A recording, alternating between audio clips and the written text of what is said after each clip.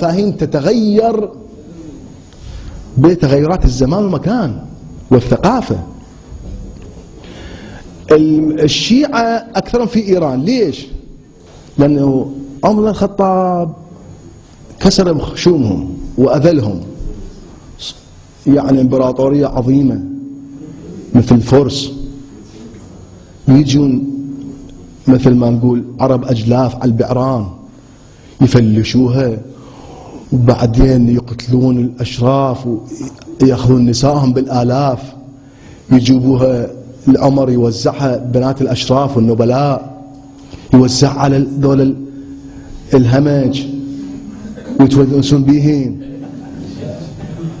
هذه بنات تبقى يعني سنة سنتين تروح؟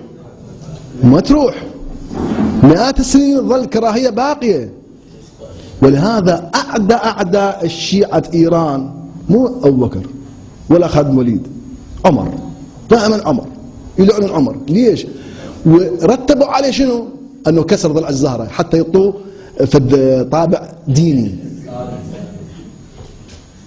ولا كسر ضلع الزهرة ولا لا، ما يصير واقعا.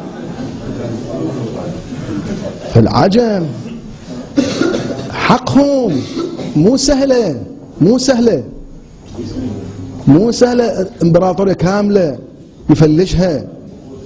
اسكندر ما فعل هيك، اسكندر احتل ايران كلها ورا عدة اشهر انسحب وخلاهم على دينهم. دول العرب ايش سووا بيهم؟ ما خلوا اعراض، لا خلوا دمار، حتى تاج كسرى فلشوه بالسيوف فلشوه، كل واحد قطعه. التاج ليش تفلشه؟ ذهب. ما يفتهمون هذا التاج. لو هالزمان كان الامم المتحده والمنظمات التراث تشتكي عليه، مثل ما طالبان فلشوا بوذا. هذا اثر قديم. ما يفتهمون اثار شنو بايش حقه جيب. فهذه اساس النظريه باختصار. ونتائج